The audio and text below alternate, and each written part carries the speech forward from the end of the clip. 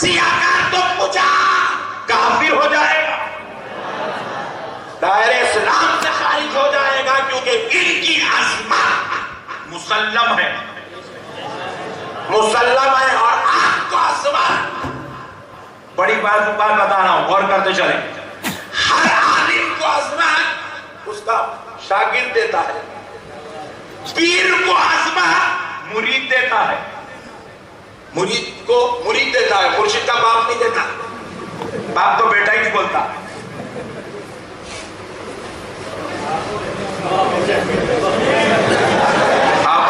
بہت دیر لگاتے بھائی سمجھ نہیں، مرشد کو عظمت مرید دیتا، باپ نہیں دیتا، باپ تو بیٹا بولتا۔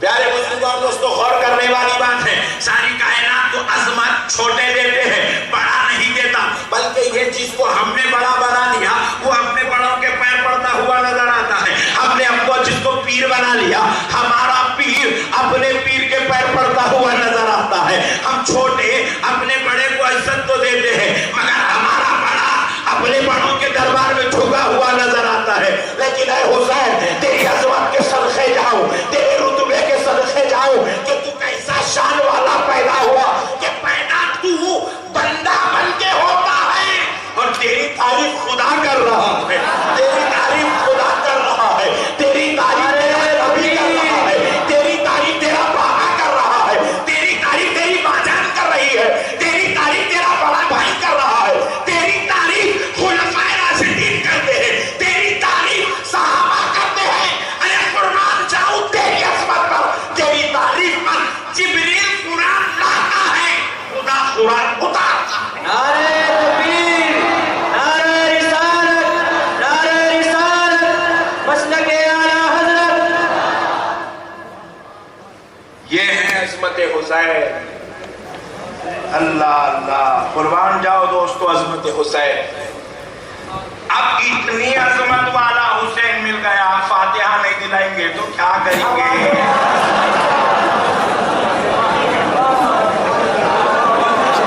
اب شربتہ بنا کے نہیں پیے تو کیا کریں گے؟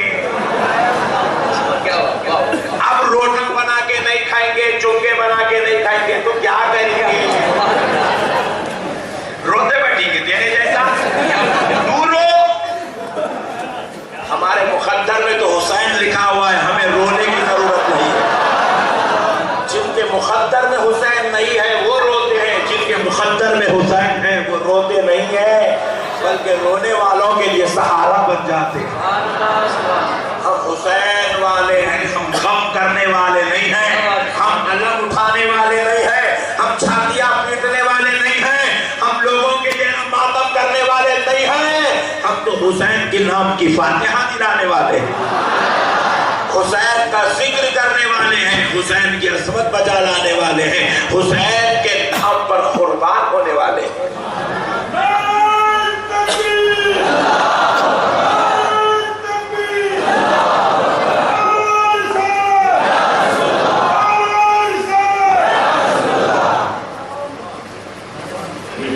قربان جائیں دوستو سرکار امام حسین کے۔ اللہ اللہ، اللہ رب العزت نے ارشاد فرمایا، انما يريد الله ليذهب عنكم الرجس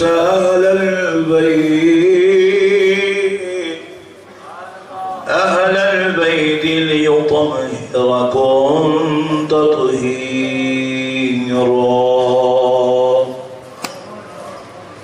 اللہ رب العزت نے ان کو خیر میل و کچل سے، ناپاکی کا لفظ ان کے لیے دیا بھی نہیں جا سکتا، ناپاک لفظ ان کے لیے سوٹیبل نہیں ہے، کہ اتنی مقدس اور پاک ہستیاں ہیں کہ وہ لفظ ان کی بارگاہ میں بولا نہیں جا سکتا۔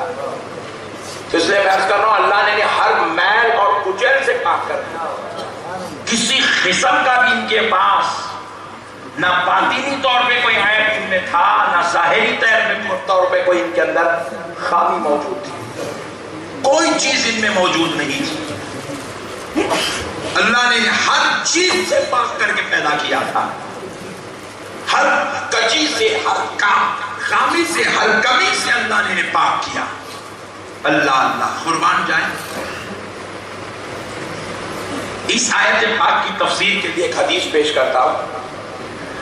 رسول اعظم صلی اللہ تعالی علیہ وآلہ وسلم ارشاد فرماتے ہیں مسجد میں ناپاکی کی حالت میں قدم رکھنا گناہ عظیم ہے. مسجد میں ناپاکی کی حالت میں آپ کو احتلام ہو جائے, جنابت ہو جائے, طہارت ٹوٹ جائے, ایسی حالت میں اگر آپ ناپاکی کی حالت میں مسجد میں قدم رکھتے ہیں بہت بڑا گناہ ہے, گناہ عظیم ہے. فقہاء اکرام اس حدیث کی تفسیر کرتے ہوئے, تشریح کرتے ہوئے بیان کرتے ہیں کہ کتنا بڑا گناہ ہے. گناہ ہے, کتنا بڑا درجے کا گناہ ہے. فقہاء اکرام نے لکھا 40 سال کا گناہ ایک طرف, مسجد میں ناپاک قدم رکھنا ایک طرف. اتنا بڑا درجے کا گناہ ہے. اور یہ قانون جو رسول پاک نے بنایا یہ صرف 14ویں صدی کے سیلو یا وردہ کے مسلمانوں کے لیے نہیں ہے. پوری کائنات میں جہاں کہیں بھی مسلمان بستا ہے, جہاں کہیں بھی مسجدیں ہیں, سب کے لیے یہ قانون ہے.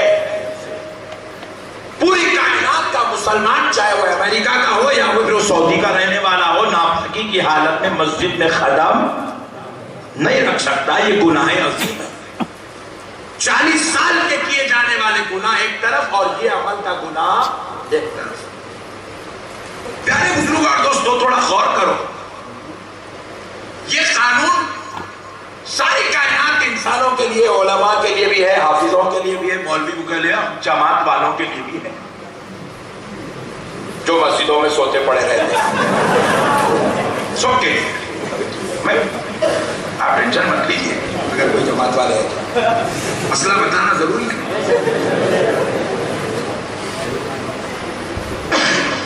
اب مسئلے معلوم ہے نہیں ہے, نہیں معلوم, اللہ جرام کرے بس کیسے کیسے رہتے ہیں. پیارے بزرگ اور دوستو, تو مسجد میں ناپاکی کی حالت میں قدم نہ کوئی مولوی رکھ سکتا ہے, نہ کوئی حضرت جی رکھ سکتے ہیں, نہ کوئی مفتی صاحب رکھ سکتے ہیں, نہ کوئی بڑے سے بڑا سورما جو ہواؤں میں اڑتا ہو وہ بھی مسجد میں ناپاکی کی حالت میں قدم. اور آگے بڑھ کر اگر کہہ دوں تو مجھے اجازت دے کہ پورے صحابہ اکرام میں کسی صحابی کو بھی اس بات کی اجازت نہیں کہ ناپاکی کی حالت میں مسجد میں قدم رکھ دے. مسجد اللہ کا گھر ہے, لیکن قربان چاہے میرا اور آپ کا آقا آمنہ کا لال ارشاد فرماتا ہے ناپاکی کی حالت میں مسجد میں کوئی قدم نہیں رکھ سکتا, یہ گناہ عظیم ہے. لیکن حضور آگے ارشاد فرماتے سوائے میرے علی اور فاطمہ کے. حضور نے کہا سوائے میرے علی اور فاطمہ کے. میں بڑا پریشان ہوا, یا رسول اللہ آپ پر میری جان قربان میرے آقا. سرکار پوری کائنات میں کوئی شخص بھی مسجد میں نہ آ سکتا ہے, ناپاکی کی حالت میں نہ جا سکتا ہے, نہ گزر سکتا ہے, نہ رہ سکتا ہے, لیکن سوائے علی اور فاطمہ کے. یا رسول اللہ علی اور فاطمہ کو اس بات کی چھوٹ کیوں دی گئی کہ وہ مسجد میں ناپاکی کی حالت میں آ بھی سکتے ہیں, جا بھی سکتے ہیں, رہ بھی سکتے ہیں؟ اس بات کی اجازت علی اور فاطمہ کو کیوں ہے؟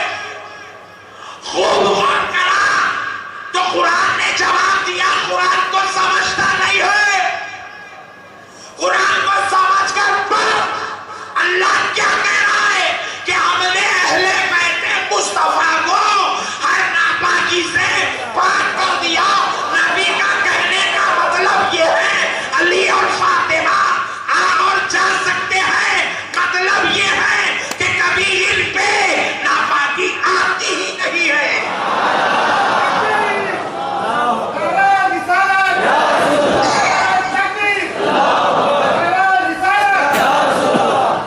ماشاءاللہ سیلو کے تو مسلمان بڑے جگہ ہوئے بھائی, اللہ کا شکر. بعض جگہ اتنے بھی چیخا مارے تو لوگوں تو وہاں ڈبل محنت رہتی ہے, ایک پبلک کو جگانا, دوسرا تقریر کرنا, مگر آپ لوگ جگہ ہوئے لوگ ہیں. اللہ آپ لوگوں کو سلامت رکھے. مگر ذرا نعرے شارٹ نہ کو لگاؤ, تھوڑا کنجوس دکھتی, تھوڑا لانگ لانگ لگانا. چاہیے، ہے نا؟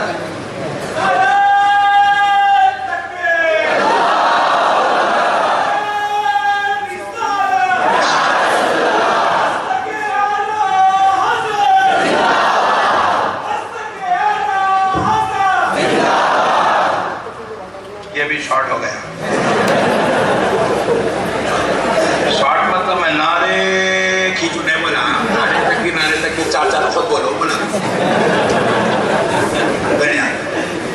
پیارے بزرگ نیکسٹ پیارے بزرگ اور دوستو ذرا غور کریے گا.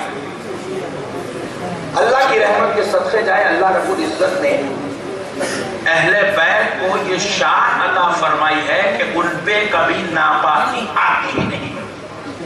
اللہ اللہ اور خدا کی قسم اہل بیت کا جو عاشق ہے وہی جنتی ہے.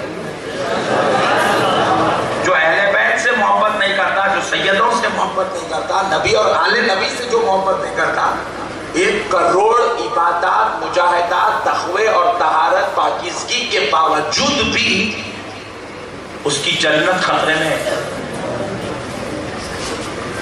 جس کا دامن صاحب جنت سے مضبوط نہیں ہے انہیں جنت میں کیسا جائے گا؟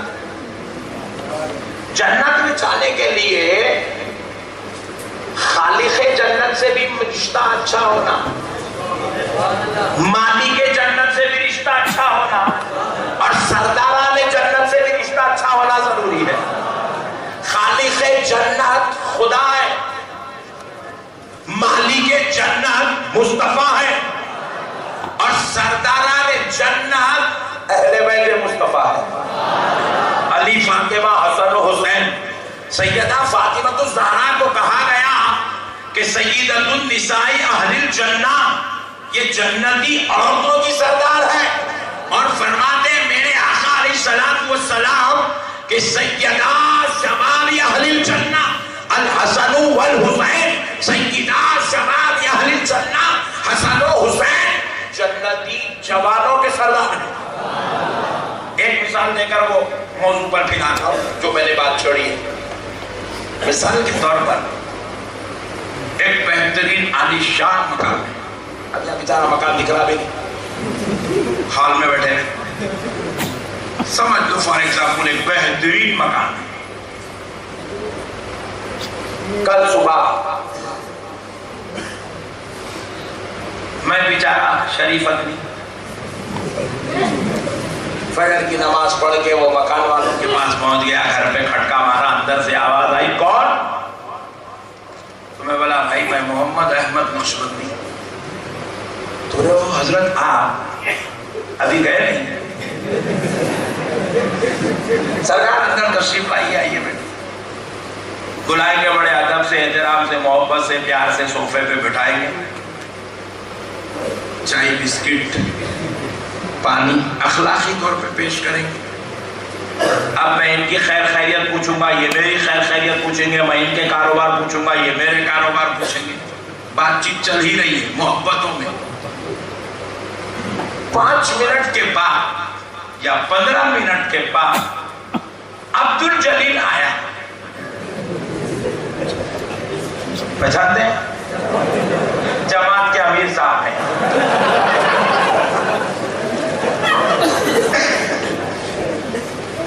عبد الجلیل بھی کھٹکا مارا. اندر سے صاحب مکان پوچھے گا بھائی کون؟ میں نے بولا عبد الجلیل. کون؟ امیر صاحب. انہیں کیوں آیا عبد الجلیل؟ انہیں سوچا مولانا آج ایک رات آئے بیان کر لیے، جب ان کو بلا کے انہیں زبردست کھلا کے خیریت پوچھ سکتا، اپن تو ہمیشہ کی چھے اپنی بھی خیریت پوچھے گا، اپنے کو بھی کھلائے گا پلائے گا. اسی بہانے سے اپن 3 دن کا نام لکھوا ہی نہیں گے. انہیں کیا کرا بیچارہ کھٹکا مار انہیں وہ دشار تھا میزبان. جیسے ہی عبد الجلیل کا نام سنا استعمال چڑھا دیا اندر ہی. استعمال چڑھا کے باہر نکل کے پوچھا کیوں آئے؟ عبد الجلیل پریشان کا بولا بھائی انہوں آئے مولانا 1 دن کے واسطے ان کو بلا کے چائے کھلاتا، بسکٹ کھلاتا، کھانا کھلاتا، اور میں تیرے محلے